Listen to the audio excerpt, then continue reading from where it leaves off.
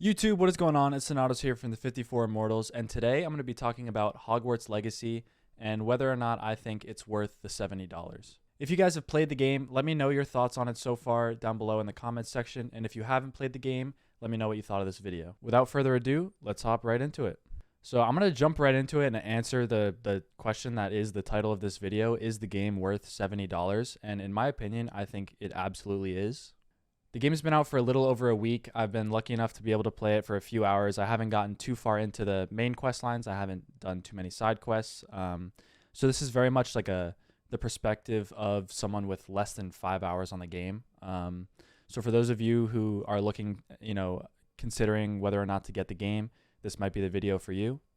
Something that I've noticed kind of right off the bat in this game is, like I said, I probably have about 3 to 4 hours on the game so far, and I've only completed about 4% of the entire game. So just that alone kind of shows you that there is a lot of content in this game. And pretty much the whole time I've been doing quests and side quests. I haven't just been running around and exploring.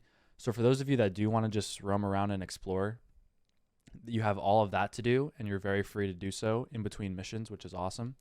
But at the same time, for those of you that kind of just want to focus on, completing the game 100%, there is a lot to do. And something that I do really like about this game is the game doesn't force you to do only the main quests.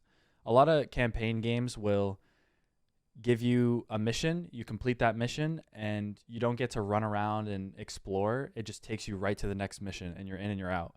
This game, you have to cross the castle. You have to go from Hogwarts to Hogsmeade to do part of the quest.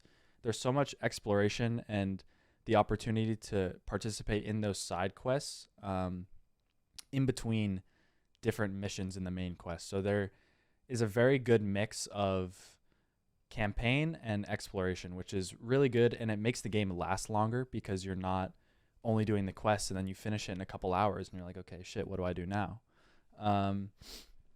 So that's something that I really do enjoy about the game.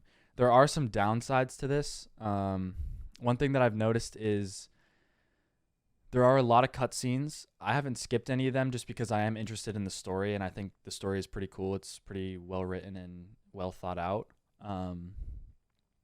But there are definitely a lot of cutscenes, so for those of you who might not be as interested, you can skip them, which is always nice for campaigns to give you that option.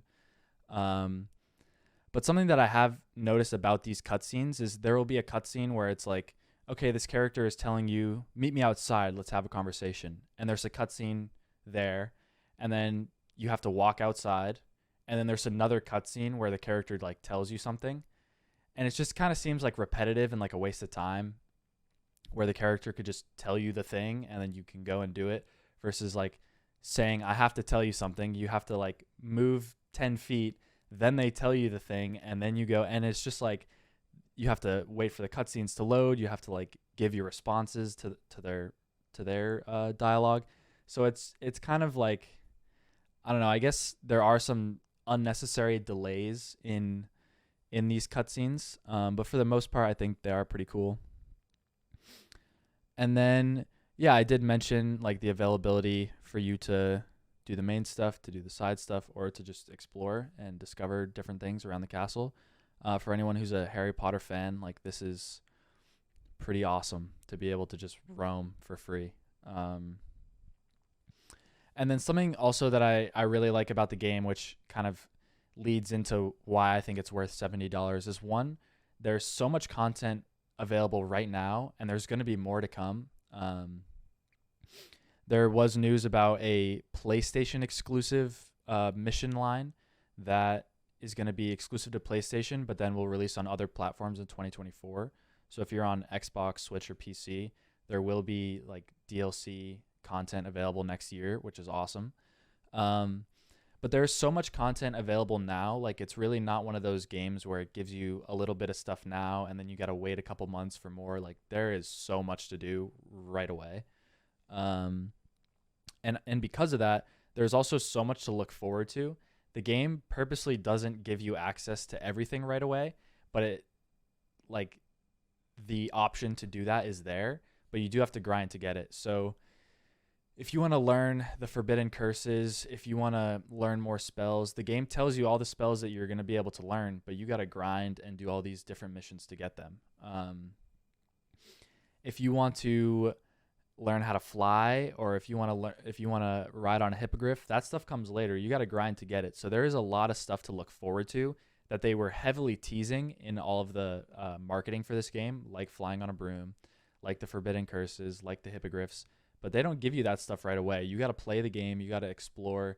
You got to, learn how to fight. You got to unlock different spells. You got to increase levels, all this kind of stuff. So there's a lot to look forward to. But at the same time, that doesn't make what you're doing at the beginning, like, not enjoyable. I'm not sitting here playing like, I just want to ride on a broom. Like, I really like the combat in this game, which is yet another reason why I think it's worth the $70. I think the combat is very smooth, very refreshing, very customizable. I love how you can change your spells in and out very easily. The game only pretty much gives you 4 spells that you can use at once. But if you want to change them, you can do it in the blink of an eye. It's not like you have to wait until you're done with something, or, you're not allowed to change it mid-mission. Like, you can just press a button and change your spells. So it's super easy. And the combat is really fun. It does take like some skill and some like tactic, I guess, which is really nice too. It's not just button mashing. So overall, I think the fact that this game was delayed multiple times and was thought to even be delayed again, they definitely took their time with this, but it definitely paid off. And for anyone who's a fan of Harry Potter, definitely play this game. But even for anyone who's just a fan of solo story games, like, I would highly recommend this game. It's clearly doing well. It broke the viewership record on Twitch in its first day. So, yeah, I mean, I think I would absolutely recommend this game. I think it's absolutely worth the $70 at launch. And like I said, there's going to be more content to come, and there's so much to look forward to, and there's so much to do. So you really are getting your money's worth on this game. So for anyone who was kind of on the fence, I hope this video helped you out. If you guys have any questions about the game, like I said, I'm only a beginner, but I have done a decent amount of stuff, and I'm going to continue to be playing it, as time goes on. So if you do have any questions, feel free to leave them in the comment section below. If you like the video and want to see more Hogwarts Legacy content, make sure to like the video and subscribe to the channel. And yeah, thank you guys for tuning in. We'll see you in the next video. Peace.